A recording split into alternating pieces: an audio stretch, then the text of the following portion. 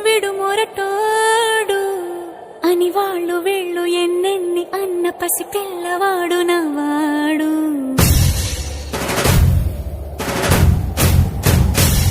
విడు ముండోడు అని ఊరు వాడ అనుకున్న గాని మహారాజు నాకు నవ్వాడు.